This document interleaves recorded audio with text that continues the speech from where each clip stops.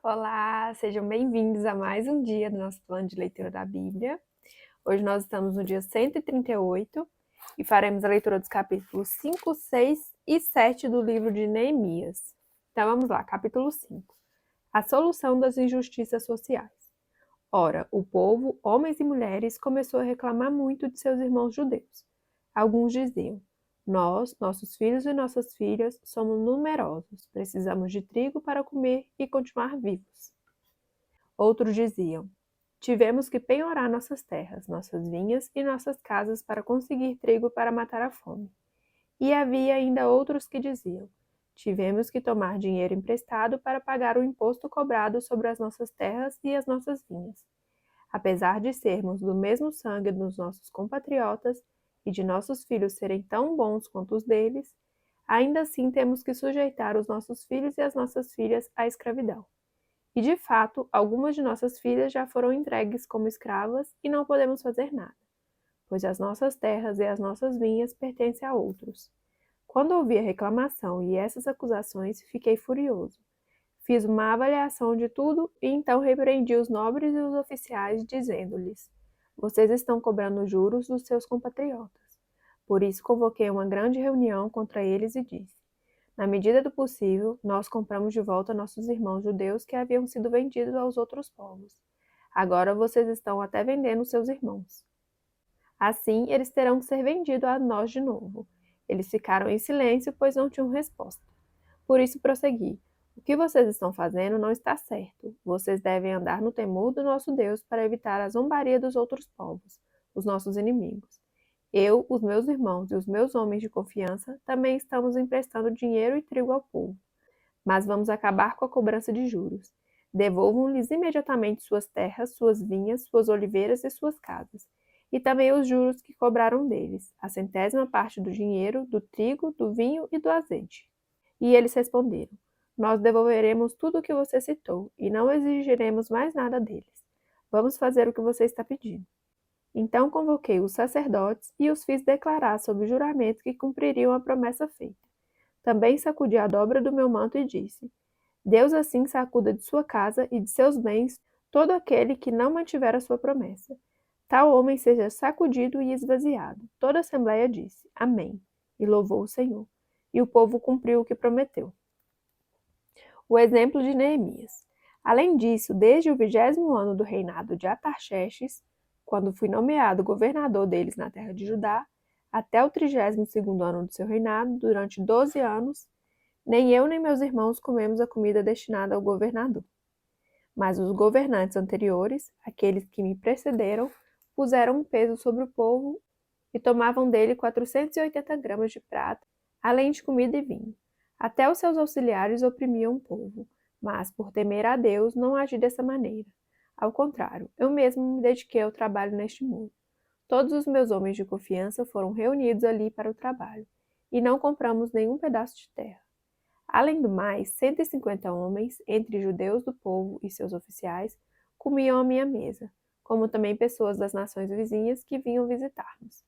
Todos os dias eram preparados à minha custa um boi, 6 das melhores ovelhas e aves, e a cada 10 dias eu recebia uma grande remessa de vinhos de todo tipo.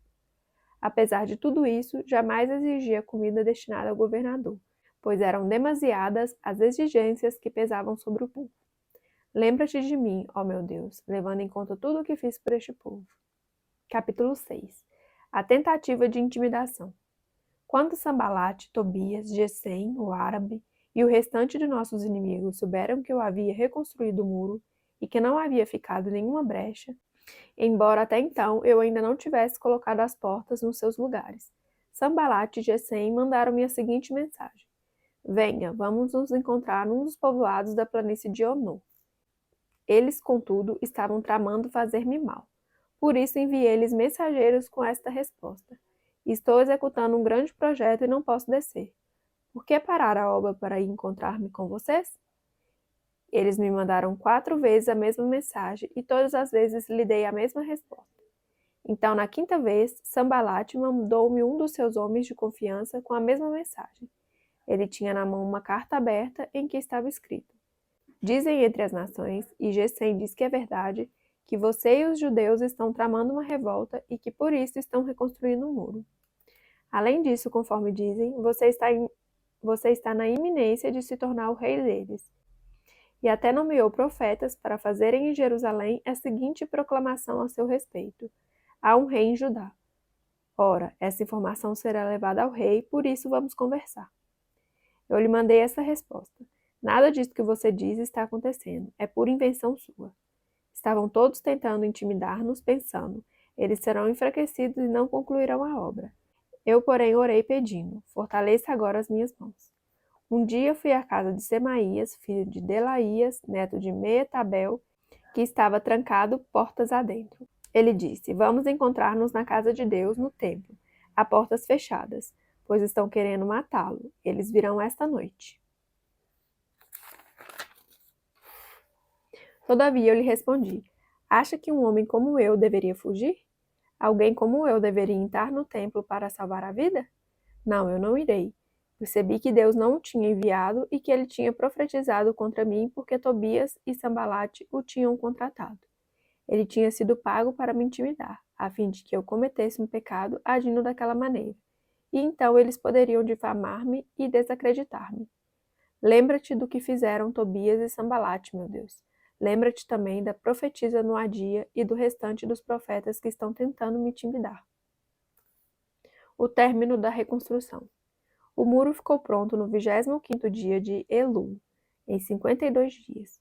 Quando todos os nossos inimigos souberam disso, todas as nações vizinhas ficaram atemorizadas e com orgulho ferido, pois perceberam que essa obra havia sido executada com a ajuda de nosso Deus. E também naqueles dias, os nobres de Judá estavam enviando muitas cartas a Tobias, que lhes enviava suas respostas, porque muitos de Judá estavam comprometidos com ele por juramento, visto que era genro de Secanias, filho de Ará, e seu filho Joanã havia se casado com a filha de Mesulão, neto de Berequias. Até ousavam elogiá-lo na minha presença e iam contar-lhe o que eu dizia. E Tobias continuou a enviar-me cartas para me intimidar. Capítulo 7. Depois que o muro foi reconstruído e que eu coloquei as portas no lugar, foram nomeados os porteiros, os cantores, os levitas. E os levitas. Para governar Jerusalém, encarreguei o meu irmão Hanani, e com ele Hananias, comandante da fortaleza, pois Hananias era íntegro e temia a Deus mais do que a maioria dos homens.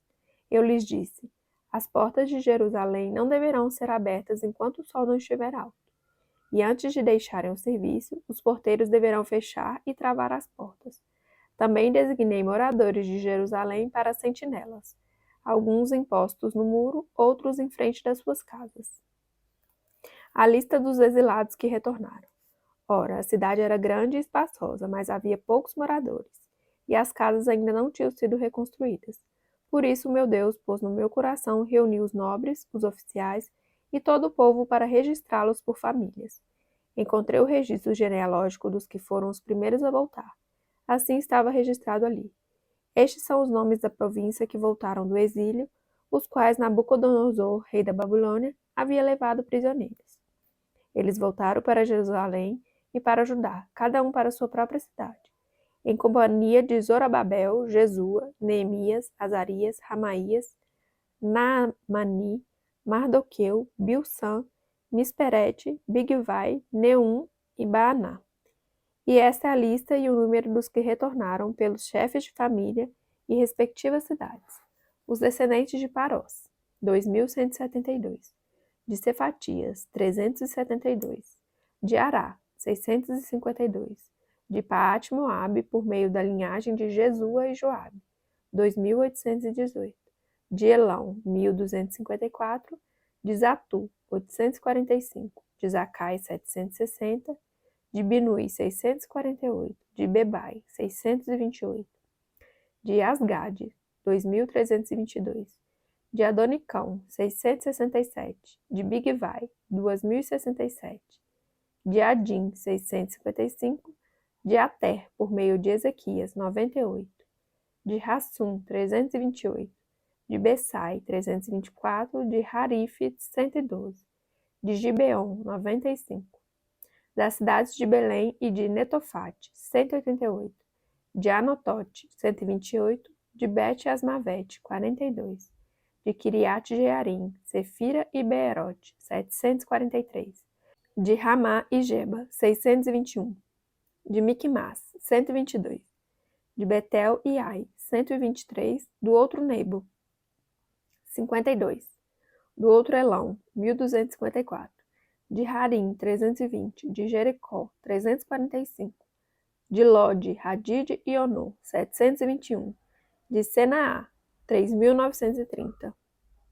Os sacerdotes, os descendentes de Gedaías por meio da família de Jesua, 973, de Imer, 1052, de Passur, 1247, de Harim, 1017. Os levitas, os descendentes de Jesua por meio de Cadmiel, pela linhagem de Rodeva, 74. Os cantores, os descendentes de Asaf, 148. Os porteiros do templo, os descendentes de Salum, Ater, Talmon, Acube, Hatita e Sobai, 138. Os servidores do templo, os descendentes de Zia, Razufa, Tabaote, Queros, Sia, Padom, Lebana, Hagaba, Salmai, Hanã, Gidel, Gaar, Reaías, Rezim, Necoda, Gazão, Uzá, Passeia, Bessai, Meunim, Nefuzim, Baquebuque, Hacufa, Harur, Baslite, Meida, Raça, Barcos, Cícera, Tamar, Nesias e Ratifa. Os descendentes dos servos de Salomão, os descendentes de Sotai, Soferete, Perida, Jaalá, Darcon, Gideu, Cefatias, Ratil, Poquerete, Razebaim e Amon. Os servos do templo e os descendentes dos servos de Salomão, 392. Os que chegaram das cidades de Teumelá, Teuhassá, Querube, Adom e Imer, mas não puderam provar que suas famílias eram descendentes de Israel. Os descendentes de Delaías, Tobias e Necoda, 642. E entre os sacerdotes, os descendentes de Rabaías, Racós e Barzilai, homem que se casou com uma filha de Barzilai de Gileade e que era chamado por aquele nome. Esses procuraram seus registros de família, mas não conseguiram achá-los, e dessa forma foram considerados impuros para o sacerdócio.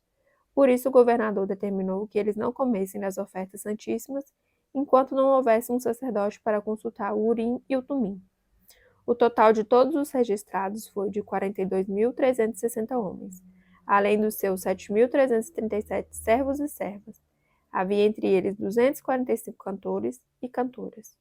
Possuíam 736 cavalos, 245 mulas, 435 camelos e 6.720 jumentos. Alguns dos chefes das famílias contribuíram para o trabalho. O governador deu à tesouraria 8 quilos de ouro, 50 bacias e 530 vestes para os sacerdotes. Alguns dos chefes das famílias deram à tesouraria 160 quilos de ouro e 1.325 quilos de prata, para a realização do trabalho. O total dado pelo restante do povo foi de 160 quilos de ouro, 1.200 quilos de prata e 67 vestes para os sacerdotes. Os sacerdotes, os levitas, os porteiros, os cantores e os servidores do templo, e também alguns do povo e os demais israelitas, estabeleceram-se em suas próprias cidades. Finalizamos mais um dia do nosso plano de leitura da Bíblia. Obrigada pela sua companhia. Fique com Deus e até amanhã. Tchau, tchau.